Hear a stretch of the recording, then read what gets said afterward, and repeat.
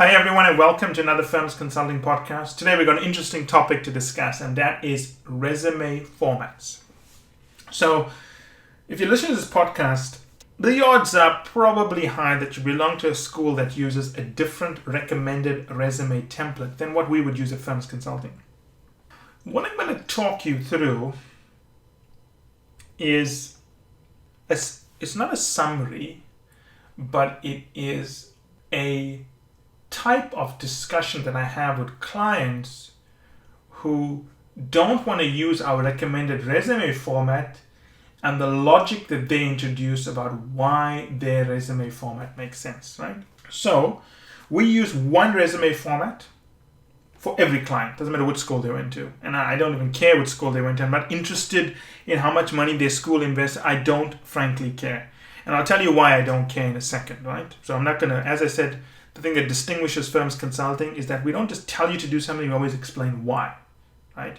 It's not always our obligation to explain why, but if you're a client, we will explain why to you, right? For everyone else, well, I don't have enough time in the day to explain everything, but I do try my best, right?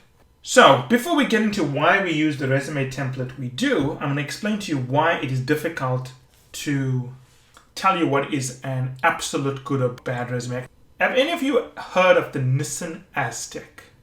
I believe the Nissan Aztec is quite possibly the ugliest SUV ever developed in the world. I mean, it is screechingly ugly. And I think a lot of people agree with me that it's the ugliest car ever made.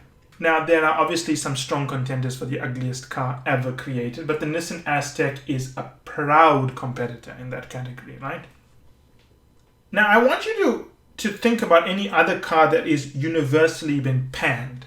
Think about any car that is universally regarded as being supremely ugly. Think about that for a second. Just think about it, right? Now I want you to think back to before the car came onto the market. So let's take the Nissan Aztec, for example, right? Whenever it was launched. Let's assume it was launched in 2011. I don't know when it was launched, but let's assume it was launched in 2011. So it takes about 3 or 4 years for a car to come onto the market, costing billions of dollars, right? So between 2008 to 2011, Nissan and their Brazilian CEO was working on this car. Now he's spending billions and billions of dollars on this thing.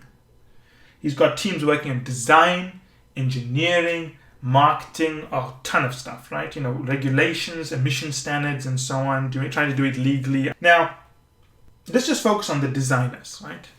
Highly paid guys, talking to the market, doing market research, doing focus groups, right?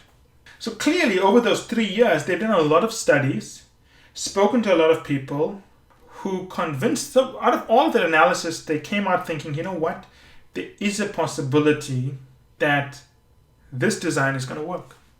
And they probably had very good reasons, right? It looks, boxy, geometric. Maybe they think geometric is the new shape for cars.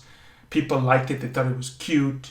They thought it was unusual. Whatever the reason, whatever the point is, there were some very logical reasons to launch that design. It came to the market and it bombed.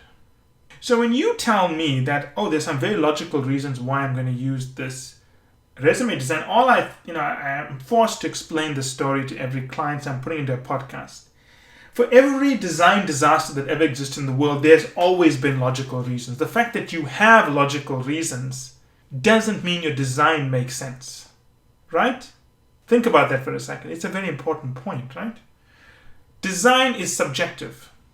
It is and it always will be.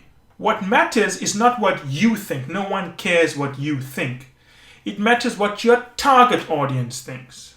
And if your target audience has a greater affinity with a certain design, then you go with that design, right? When you go for an interview, do you wear a suit or do you wear your pajamas?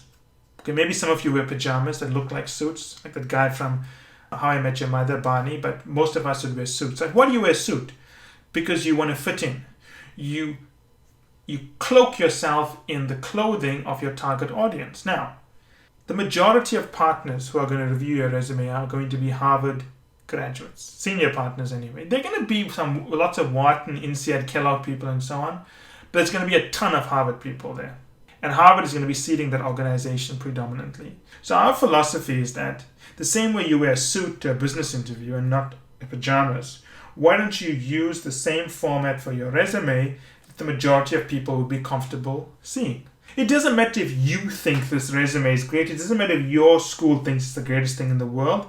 Who cares? They're not the target audience. You build your resume for the target audience.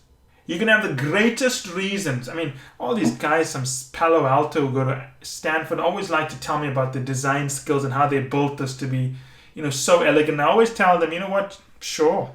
But it's not about having the best design. It's about having the design that's best for your market. And it always happens that they get dinged. One of the firms is going to cut them because they didn't get their resume. The resume wasn't good at bringing out the attributes.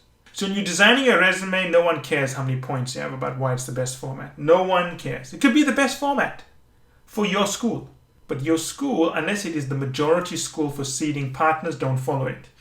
I would even go as far as to say that if you're in Paris and you went to HEC, use the Harvard format for Paris. It's a universally known format for partners. I didn't go to Harvard. I know the format. I know how to read it because that's the format I'm comfortable with. Because remember, use a different format. It's going to take me a few seconds to familiarize myself with it. In fact, I won't even familiarize myself with it. I'll probably just skim through it. So when you're putting together your resume, don't write for yourself. Don't even try to justify it for yourself because you don't know what is needed. Your audience matters. And your audience is not the junior person who went to the same school as you, but the partner who will make the final decision. It's always about the final decision. If you just want to do well enough to pass the first round, great, do whatever you want. But if you want to get through and get the offer, write for your final audience. And that's it for today's episode. I hope you enjoyed it as much as I enjoyed doing the episode. Finally, I want you to remember that the only way to get access to our special offers, the only way to get our special pricing, and the only way to get samples of our content is to join the list on firmsconsulting.com. It's the only way also to get access to our unique advanced content that we make available to insiders. So if you want to get a sneak peek of things, test it out, see what's in there, this is the place to go. And finally, I want to thank you again for making us one of the largest podcast channels around the world for careers and for the 2 million downloads and counting.